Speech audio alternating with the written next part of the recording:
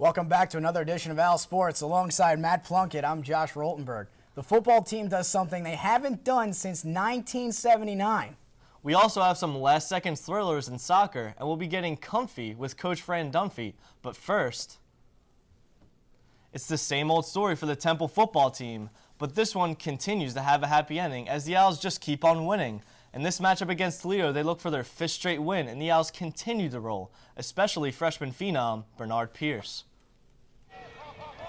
Temple looking for its 5th straight win with this pass right here from Vaughn Charlton to Michael Campbell, corner of the end zone, easy touchdown.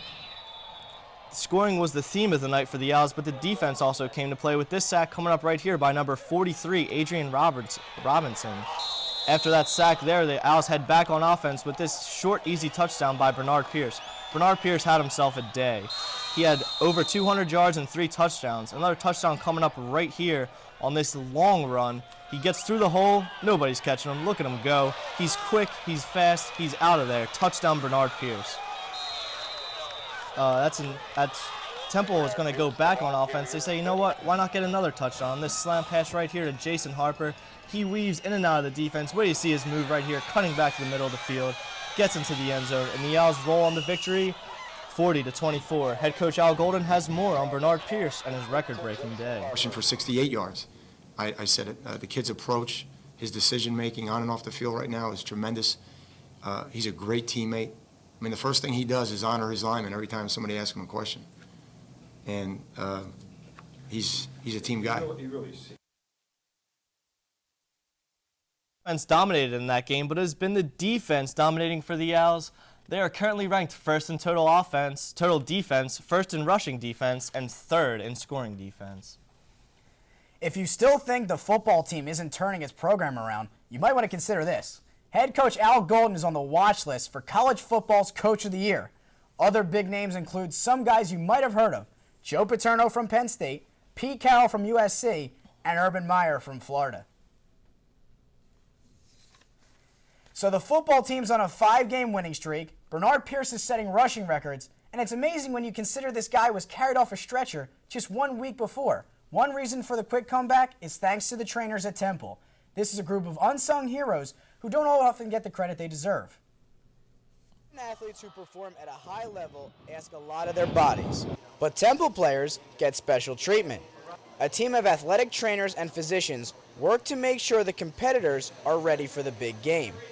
Here at Temple, our student athletes are treated like royalty when it comes to injury prevention and rehabilitation. There's a lot of pre-existing conditions that our athletes come in with that look for us for a little bit of guidance, a little bit of extra help with keeping them on the field, and that's kind of our main goal is to keep them out there.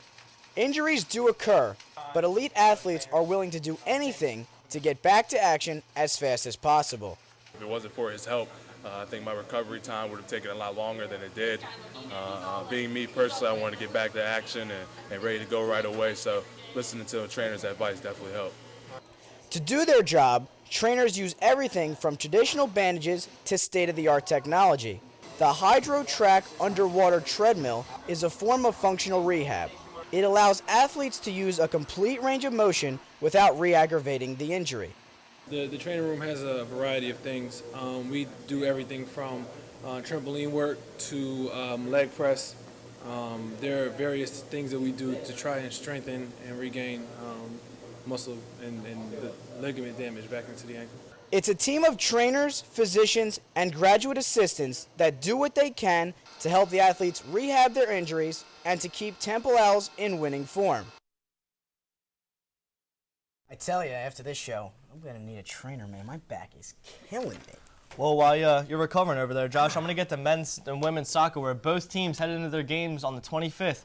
The men looking for their 2nd straight win in a row after beating St. Bonaventure, and the women looking to avenge a tough loss to Charlotte. Both teams were involved in last-second thrillers with 1 win and 1 loss. Let's start with the men. Temple tried to get things started early and often against the Duquesne Dukes, starting off with a shot coming up right here that goes way outside, high and wide. The struggles would continue for the Owls as they keep jostling through this game here. It's a low-scoring affair And the ball goes to JT Noon right here, who tries to wiggle through the defense, but the Duquesne Dukes say, get that Noon sense out of here. It's getting the steal right there. Here comes a great save by Temple. That shot there by the Owls actually misses just wide, and here comes the save by Brett Mullen. And unfortunately for Brett, that was his only big save, as the Owls actually go on to lose that game 1-0. Now into women's soccer, where they met up with St. Louis, and here comes a big shot right away for St. Louis, right off the crossbar. And then the Owls would go against St. Louis. They'd dribble around a little bit here. It's a tough game for the Owls, but they would recover late in the game. Actually, with just under a minute left in the game, the Owls would get the ball back. It's coming up right here on this shot. Off the crossbar, and then it goes into the net. Katie Yurkovic getting the game-winning goal. The Owls go on to win 1-0. We see Fran Dunphy wearing all sorts of different hats. Of course, he's the men's basketball coach. He also teaches at Temple, and he's very involved in raising money for the fight against cancer. But that's not enough. We wanted to know more about what makes this man tick. So Owl Sports' Rudy Mezzi tried to help the coach take a load off. It is time to get comfy with Coach Fran Dunphy. Comfy with Dunphy, comfy with Dunphy, comfy. Comfy with Dunphy, episode number 1. Let's get started. Coach Dunphy, who is your favorite athlete of all time? I'm a big baseball historian, so I would probably say Willie Mays. Okay. My favorite athlete of all time. All right, that's interesting. If you could have dinner with anyone, alive or dead, who would it be and why? I'd like to hang out with Queen Latifah. How about Really? that? Yeah. Why? I just think she's neat. I think she's cool. I think she has a great personality, terrific actress, good singer.